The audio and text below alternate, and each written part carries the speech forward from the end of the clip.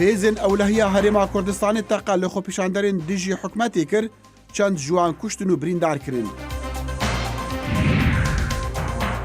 ناوەڕۆکی ستراتیژیەتە بڕێوەبەریە سەرۆک دۆنالد ترامپ ئەمریکایەکە بەهێز و پێشەنگە. و گەلۆ کورد چاوا تاتویا تێدگەهن کارێکی هۆنەری و جوانکاری یان شەرمەزاری؟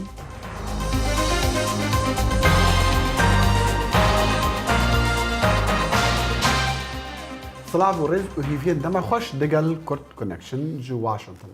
لای منی شۆسڵاو و بەخێربێنەوە بۆ بەرنامەی کورد کۆنەکشن.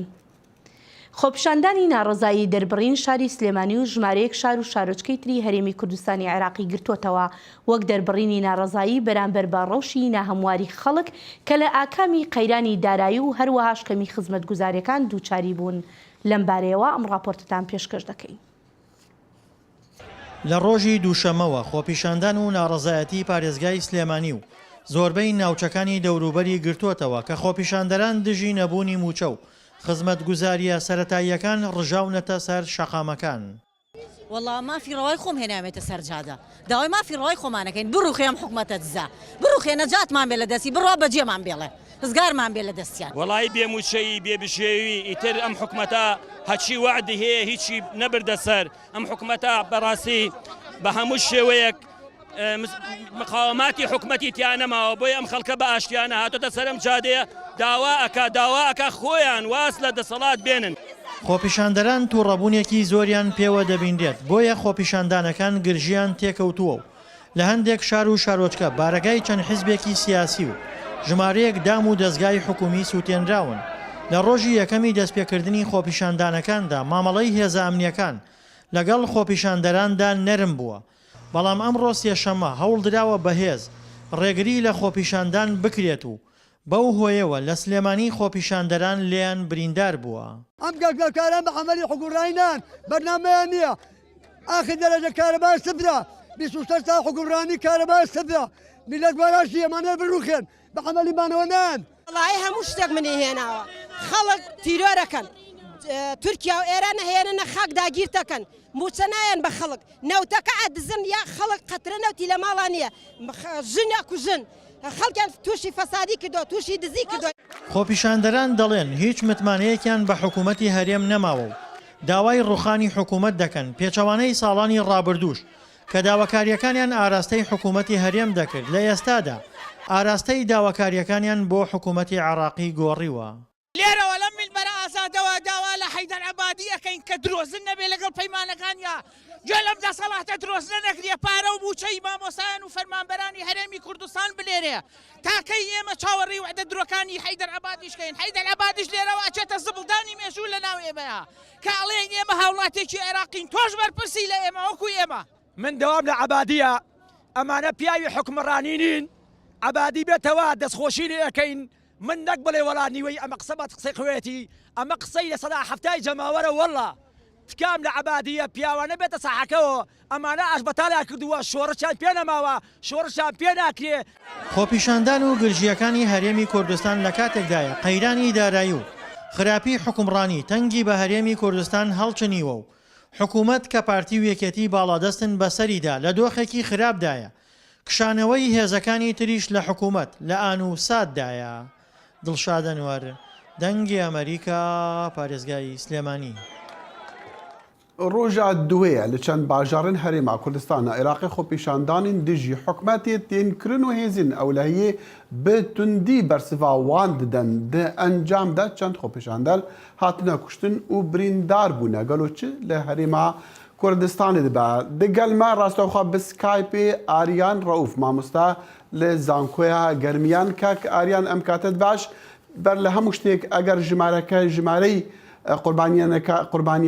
قوربانیەکان کە دەنێن بریندار و کوشتی هەیە لات هەبن پێمان بڵێ. ئەم کاتان باش دیارە بەداخەوە بەهۆی ئەوەی کە تونوتیژەکان بەردەوامە لایەن هێزە ئەمنیەکانەوە تاوەکو ئێستا ئامارەکان بە دەقیقی لە بەردەستانین تەنها ژمارەکان ئەتوانین بڵێن سعات بۆ سعات زیاد دەکات بۆیە بە ڕاستی هیچ داتایەکی زۆر وردم لەم ئان و ساتە لە بەردەستانیە تەنها ئەوە نەبێت کە چەند خۆپیشاندەرێک بارودۆخی تەندروستیان خراپبووە لە شاری کۆی ڕەوانەی شارەکانی ترکراون کە تەندروستیان باش نییە بەدەر لەوە کە ژمارەکان وەکو پێشتر وتم لە ئانوساتە بەرەو زیادبوون. بەڵێ کاک ئاریان تا ئێستا ئێمان نازانین ڕێکخراانی ئەم خۆپیشاندانانە چین چ کەسانێکن چ پارتێکە چ کەسانێکە بە دوای یان داوای ئەو خۆپیشاندانان دەکەن خۆپیشاندەران لە جادەکان داوای ڕوخاندنی حکومە دەکەن یعنی نەبوونی ڕێکخەری خۆپیشاندەر نابێ بەهۆی ئەوەی کە لە کۆنتترۆلا دەرچێ دیارە بەڕاستی ئەم خۆپیشاندانانە هۆکارەکەی ئەوەیە کە ئێستا بینین هیچ ڕابەرایەتیشی نییە لەبەرەوەی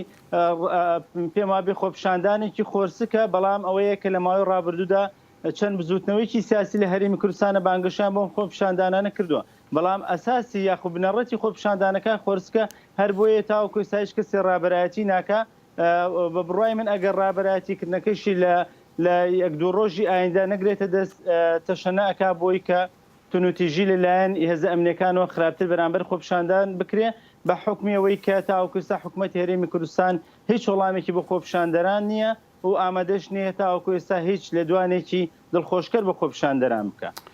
باشە ئالتەرنەتیڤ چییە؟ ینی خەڵک داوا دەکا کە ئەم حکوومەتە نەمێنێ کەسێک هەیە بڵێ ئەگەر حکوومەت نەما چی دەبێ؟ دیارە دوای شکستی شانزەیدا کە هەرێمی کوردستان بەشێک 150 خاکەکەی لەدەستدا بەشێک لە هێزە سیاسیەکان کە پێشتر لە ناو حکوومەتە بوون بەڵام بە دەرکرابوون بە دیاریکراویش بزوتنەوەی گۆڕان ڕێگە چارێکی خسە بەردەم حکوومەتی هەرێمی کوردستانی ئێستا ئەوشەوەیە کە حکوومەتێکی ڕزگاری نیشتمانی دروست بکرێ بە حکومیەوە یەک شکستی هێنا بە حکومیەوەی دووەم کۆتایی حکمڕانەکەی هاتووە بە حکومیەوەی خولی پەرلەمانی کۆتایی هات بەڵامان مودەیان درێژ کردەوە ئەوی شوەیە کە حکوومەتێکی ڕزگاری نیشتمانی دروست کرد پێم وابێ لەم ئانوساتەشە ئەکرێ ئەو حکوومەتی ڕزگاری نیشتمانیە ببێ بە دیلێک بەڵام بە بڕای من ئەگەر بێت و ئەم هێزە سیاسیانە وەڵامیان بۆ ئەمە نەبێ لە دوو ڕۆژی ئایندا و کاتە کۆنتترۆلی ئەم خۆپیشاندانە لەدەست دەرەچێ بەوەیە و کاتەیە حکوومەتی ڕزگاری نیشتمانیش ناتوانێت دەنگ و سەدای هاوڵاتیان و خۆپیشاندەران بکاتەوە یاخود بە جۆرێک لە جۆرەکان فشار و تونوتیژەکان کەم بێتەوە. باشە کاک ئاریان دیارە ئەمڕۆ خەبەرێکمان هەبووە دیسان لە پێنجوین لە خاڵی سنووری باشماخ قەزای پێنجوین دیسان خۆپیشاندان بووە خەڵک ڕێگای هاتوچۆی تانکەرە نەوتیەکان بۆ ئێران ڕێگان لێ گرتووە و دیارە چەند تانکەرێکیان سوتاندووە. چاوەڕوانی زیاتر توندوتیژی دەکرێت لە هەرێمی کوردستان ئەگەر حکوومەت نێت و جێ لە داواکاری خەڵک نەگرێ؟ بەڵێ بێگومان تونوتیژەکان زیاترە بێ بە حکمیەوەی یەک هێزە ئەمنیەکان وەڵامیانە دەنەوە دووش حکوومەتی هەرێم تاوەکو ئێستا هیچ وەڵامێکی نییە بە تایبەتی یەکێتی نیشتمانی کوردستان و پارتی دیموکراتی کوردستان کە بەرپرسی سەرەکی لە ئەم دۆخەی هەرێمی کوردستانی تاوەکو ئێستا هیچ وەڵامێکی ڕوونیان بۆ خواستەکانی شەقامی کوردی نییە هەر بۆیە ئەبینی ڕۆژ لە ڕۆژدا ئەخواست و داخوازەکانی خۆپیشاندەران زیادەکە ڕۆژ یەکەمەوە بوو کە حکوومەتی ڕزگاری نیشتمان بێ بەڵام ئەوتان لە دوێنەوە لە دوای ئێوارەکەیەوە بە جۆرێک لە جۆرەکان داوای ئەوەیان کردووە کەم حکوومەتەیە بڕوخێ بۆیە هەتا وەڵامەکان دواب بکەوێت تاوەکو ڕێگە چارەکان دواب بکەوێت تونوتیژەکان هەڵەکشێن بەرەو سەرتر چلایەن هێز ئەمنیەکانەوە بێ بەرامبەر بۆش پەرچەکرداری خۆپیشاندەران زیاد دەکات. ئاریان ڕەوف مامۆستا لە زانکۆی گەرمیان ڕاستەوخۆ بە سکایپ لەگەڵ کورد کۆنەکشن بوو زۆر سپاس. سپاس بۆ بەڕێستە.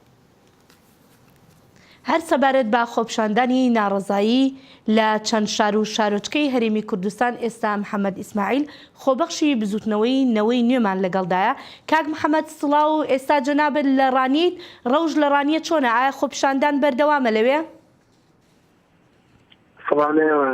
بڵێ تا ئێستا شەڕی تا چەند لەخسیەک ئێستا بەردەوام بوو خۆپیشاندان بەداخەوە تومتیژی بێکەوتەوە لە دوانی ڕۆکەیەوە بەهۆی ئەوەی هێزە ئەمنیەکان و خۆپیشاندەران بێتەوە ڕوبەڕوویەک بوونەوە بەڵێ تاسەش بەردەوام بڵێ هیچ کەسێک بریندار بووە یا کەس گیانی لەدەستداوە لەو توندوتیژیانەدا؟ بەڵێ بریندار هەیە لەوەیە بەیان بریندار هەیە بەڵام بزە بتۆکو دقیق نازانم چکە من بەیانی تانی و ڕۆ لە ناو خۆپیشاندانەکە بووم کە هێمن بووی گرژی و ئاڵۆزەیشی نەبوو لە لای بەڵێ پێش حەقیقا گربوونەوەکە بڵین بە شێوەیەکی تانی ڕۆ ئاسایی بوو بەڵام لە دوای ڕۆ بۆ شێوە دەژی دەکەوت چکە بۆگوتم بەوەی بەریەکەوتنی هێزە ئەمنیەکان و خۆپیشاندەران بەڵام من لەوێ نەبوو نازانم بزە بتاقی بەسەوەی منیش زانیارەکان وەردەگرم هەر ئەوە.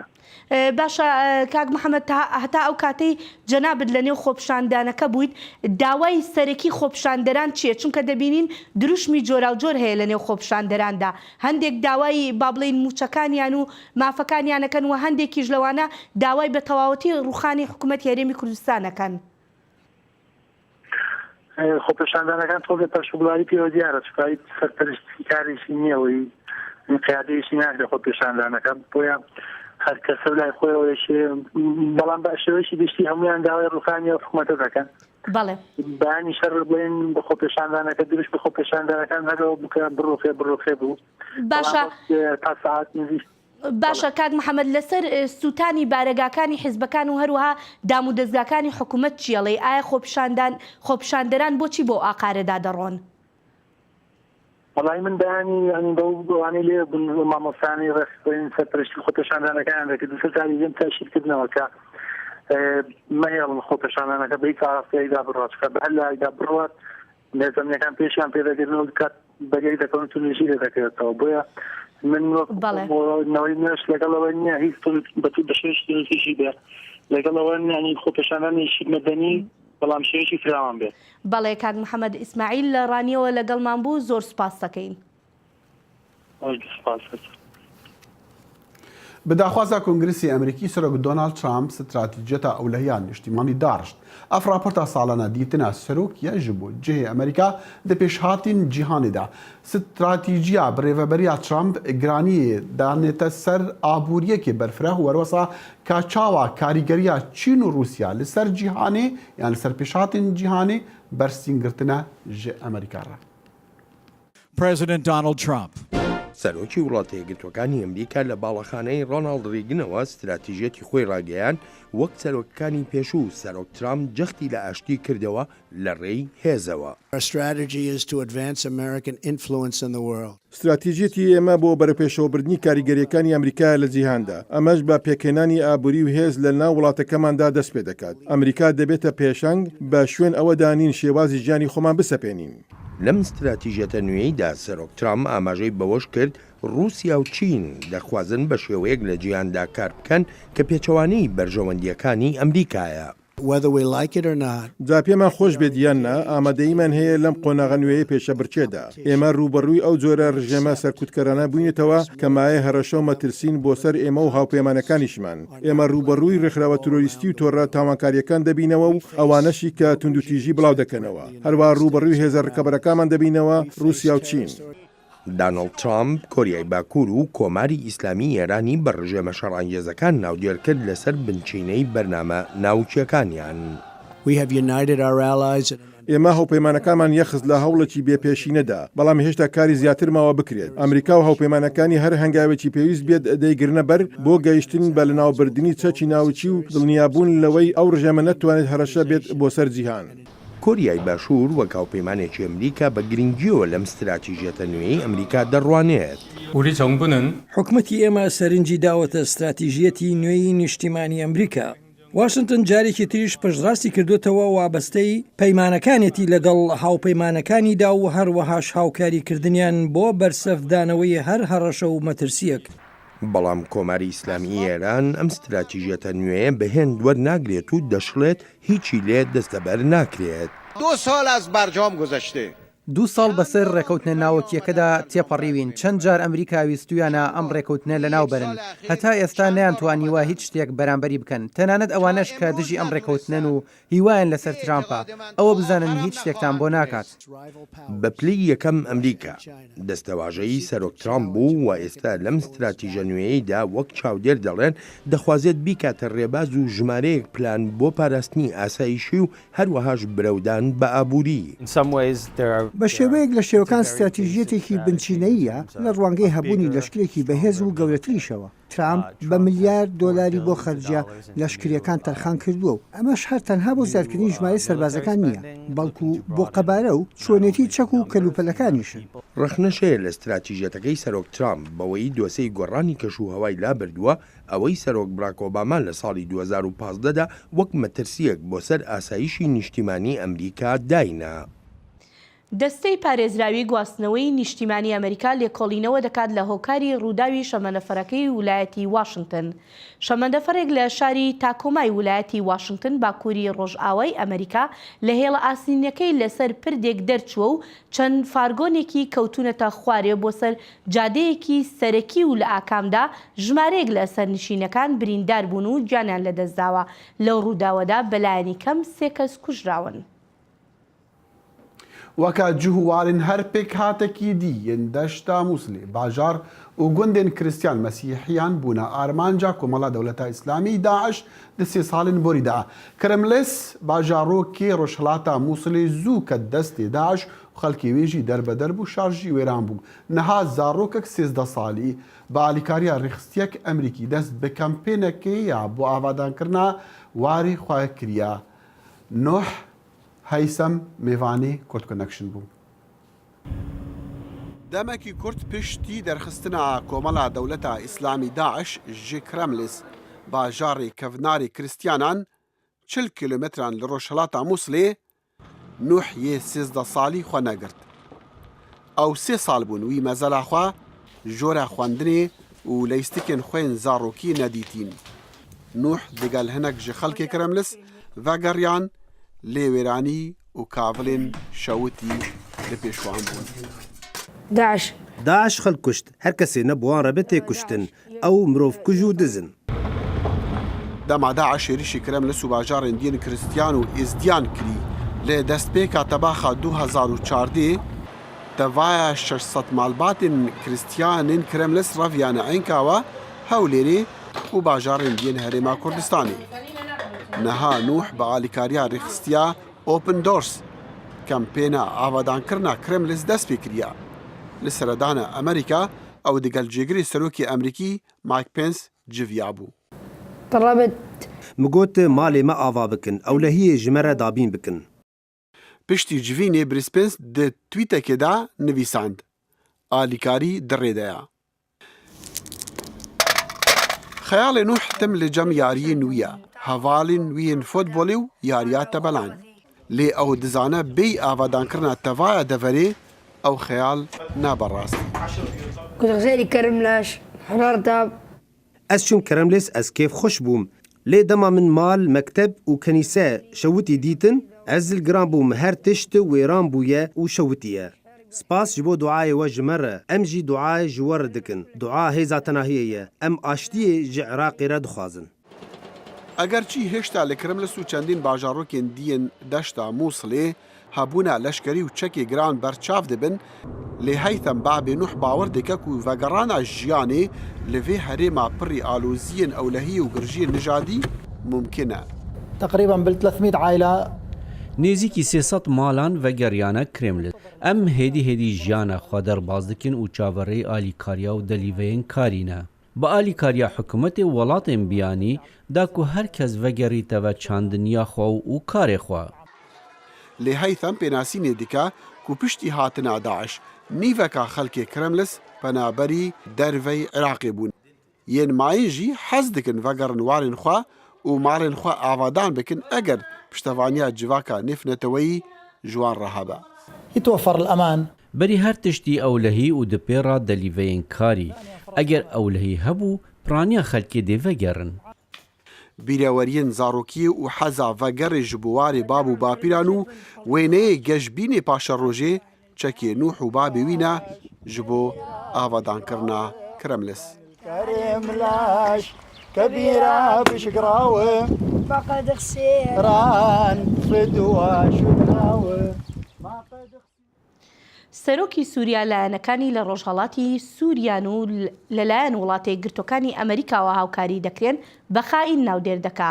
بەشار ئەسەد لە لێدوانەکەیدا بۆ پەیامنێران لە دیمەشق و توێتی هەر کەس و لایەنێک لەژێر سەرکردایەتی هێزێکی بیانیدا بێت لە ناو وڵاتی خۆیدا و دژی لەشکری و گەلی وڵاتی خۆیان جموجۆڵ بکەن ئەوە خاینە. ئەساد ئەوەشی گوتووە کە فەڕەنسا پشتیوانی لە تیرۆریزم کردووە لە ناو سووریادا و دەژڵێت هەر لە یەکەم ڕۆژی قەیرانی سووریاوە فەڕەنسیەکان دەستیان بە خوێنی گەلی سووریا سوور بووە لەسەر ئەو ڕاگەیاندنەشی هێزەکانی سووریای دیموکرات کە یەپەگە بەشێکی سەرەکیەتی دەڵێت ئەو لێدوانانەی بەشار ئەسەد جێی سەرسوڕمان نین. ئەکادمیای واشنگتن بۆ لێکۆڵینەوە لە کاروباری ڕۆژهەڵاتی ناوەڕاست میواندارێتی سیمینارێکی تایبەتی کرد سەبارەت بە بەشداری و ڕۆڵی ژنی کورد لە بواری سیاسی و کۆمەڵایەتیشدا. میوانەکانی ئەم سیمینارە هەریەکەیان ڕوانینی خۆیان باس کرد سەبارەت بەوەی چۆن کۆمەڵگەی پیاوسالاری بە ڕێگەی جیاواز تەگەرە و کۆسپ دەخاتە بەردەم هەوڵەکانی بەرەو پێشتوونی ژنان لە کۆمەڵگەی کوردیدا. لەگەڵ ئەوەدا ژمارەیەکی بەرچاو لە ڕێکخراوەکانی داکۆکیکردن لە مافەکانی ژنان بوونیان هەیە، بەڵام هێشتاش لە کۆمەڵگەی کوردیدا وەک دەگوترێت ژنان ڕوبەڕووی کێشە و تەنانەت مەینەتیش دەبنەوە.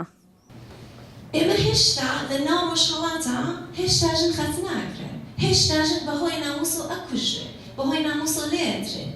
ئەگەر ژنێک بێتە دەرەوە بتوانێت باوجود گشت ئەم بەربەستانە بێتە دەرەوە خۆی سابتکە، ئەبێت دوو بەرابەر پیاوە زەحمەت بکێشێت کە کۆمەڵگا باوەڕکە کە ئەم ژنێکی بەتوانایە. چالاکوانان لەو بڕوایەدان ئەوەی زیاتر کێشەکەی قوڵ کردوتەوە گوتاری سیاسی پیاوسالارانەیە، وەک دەڵێن ئەوەش ڕۆچۆتە ناو گوتاری ناسیۆنالیستی کوردیشەوە. نیشتمان کراوە بە ژنێکی زەعیفە کە دەبێت هەموو کەسێک هەموو ئەندامێکی کۆمەڵگا وەکو سەربازێکی دڵسۆز لە ئەم زەعیفەیە پاسداری بکات، بەرگری لێ بکات بۆ ئەوەی دەستی بێگانە نەگاتە پێ و تجاوزی پێ نەکات، یان وەکو ئەگەر لە دەستی بێگانە خەریکە هەتکی پێ ئەکرێت ڕزگار بکرێت. بە مێینەکردنی نیشتمان لەوەوە دێت کە کێشە سیاسیەکانی نیشتمان وەک کێشەی ناموسی سیر بکرێت.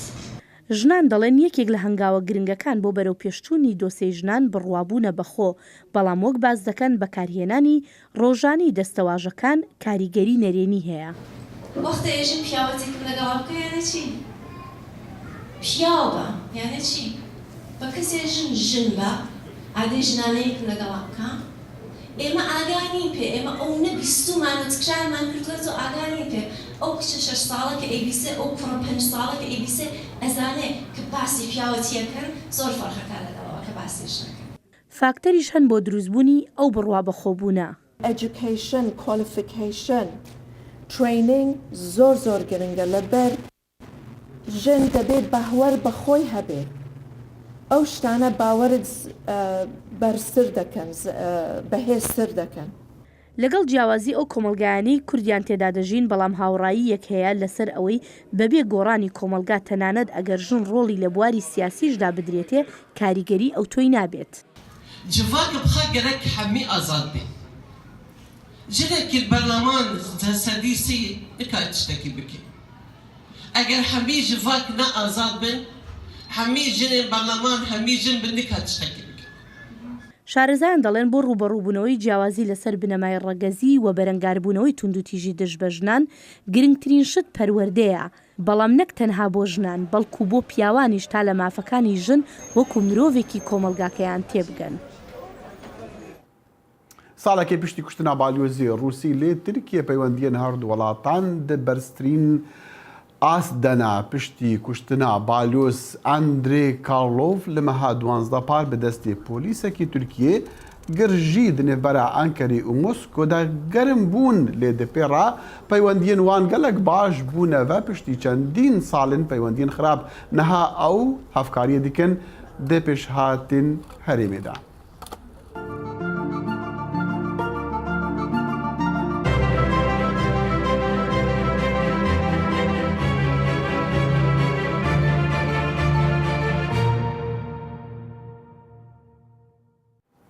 تاتۆ یان دەق دیرۆکەک درێژ هەیە ئەوەکە کارێکی هۆنەری و جوانکاریە تێدیتن لە چەندین جوواکان لە وڵاتین ڕۆژئاوا gelek کەس شانازیە بنەخشێن سەر لاشێ خوا dikin لە هەرێما کوردستانی jî hinek hene hez dikin deqan yan tatoyan li ser laşê xwe deynin lê hêşta bi yek carî ev torê kevnar nehatiye pesendkirin di civaka nû de.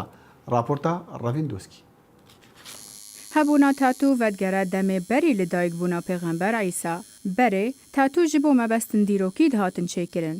لێ ئەڤرۆ خەلک ji بۆ سەدەمین جیاواز تاتو دروست dikin. Hindek ji wan jê hez dikin, da ku bîrokeyeka taybet di jiyana xwe da derbirînin, yan jî tenê ji bo ciwaniyê. Arî Doskî hunermendê vê şapê li Duhokê dibêje ku gelek rengin tatû hene ew dikare bike. Lê ji kêmbûna kelûpelên tatû li Kurdistanê ev yek zehmet dibe ji hunermendara. اشم دائمی چیگم حتی هی جی بو هیوی هی یعنی حتی دو هیوا جی هی یه تایم بو سالا جی تایم بس حال حاضر دفمن چی که دست من اکدینه که همین تشتی زور طبیعیه. حما فاروق یکو بناوی پاشا تیناسین بریوبر پاشا تاتو لسلیمانی دبیجه کو جنبونا کورسن تاتو لهرما کردستانه وی خوفری تاتو کرد. لم سنتري ما تاتو بس بوسرو 18 سال ايش لبر اوه خوار 18 ساڵ قڵێکی هەیە لەوانەیە پەشمان بێتەوە لەو تاتویان حەزی پێی نەبێت ئەو گۆڕانکاریەکە لە ژیانە ڕۆدات لەسەر تەمەن 18 ساڵەوە و کوردێکی خۆمان کاڵێن عەقڵی کامڵە بێت لەسەر 18 ساڵ لەبەرەوەی من لە 18 ساڵ کەمتر ئیشی بۆ ناکەم وەکو قانونیشەوە قانونێکە لە ئاسایش و سەحەوە بۆ ئێمە دانراوە کە تاتۆ بە خوار 18 ساڵ نەکرێت بە هیچ جۆرێک. li seranserê cîhanê tatû hunereka taybet e ku ne herkes jê hez dike. Gelo civaka Kurdî nerîna wan çi ye li ser vê yekê? Ez gel hindêdînim ku gencê me deqe an toto ser leşê xwe çêke çiku gel muştahemê me nagunîşt. يعني سرداريا كو كيم يعني صحت كان يعني تشتاق السفكي صحت كان يعني توتو نوكا بو هندا جانجا احتمام خدنا السر بس بو ايتيب جهيتن يعني بو تشتاقي نايفاشا وەک مەدید di nav civaka me de tatû ne tiştek e ku bi asanî tê qebûl kirin. Gelek kesin ku tatû hene jî li ser vê yekê neaxivin. Bû nimûne, dengê Emerîka hewl da di gel çend kiçan bax ve ku wan bi xwe tatû hene. Lê mixabin, wan qebûl nekir bû kamîrê baxivin. Lê çawa xelkek heye bi asanî behsî tatû nakin, her wiha hene yên ku şanaziyê bi tatûyên xwe dikin. Ştêka ciwankariyê bû lir. ئەڵێن شتێکی مۆدێلە لە زۆر وڵاتانە تر گەنج بۆیە حەزیلەتی شتی گۆڕانکاریش خۆشە تاتوی ناوی دایکم ئەلێرا کردەوە وەکو پیرۆزی وەکو خۆشەویستیەک ناوی دایکم تاتوی ناوی ئەوم نووسیوە تۆتۆ جۆنە بەس مجتەمەعی ما هۆسایە دۆڵێ دێ خرد تۆتۆ هەنە بەس هیچی گوتی ئەو تۆتی زۆر جۆنە نوگە ئەس یەک چوان من نۆڤێ بۆ بێ خۆ چێکریە تاتû rengekê hunerê ye ku li seranserî cîhanê babeteke cihê miştimir ye. Lê di dawiyê de biryareke xelk tê de azad e. Ravîn Doskî, Dengê Amerîka. بەڵێ لێرەشدا دینە کۆتایی بەرنامەی ئەمڕۆمان تا کاتێکی تر هەر شاد و بەختەوەر بن. خدا حافظ.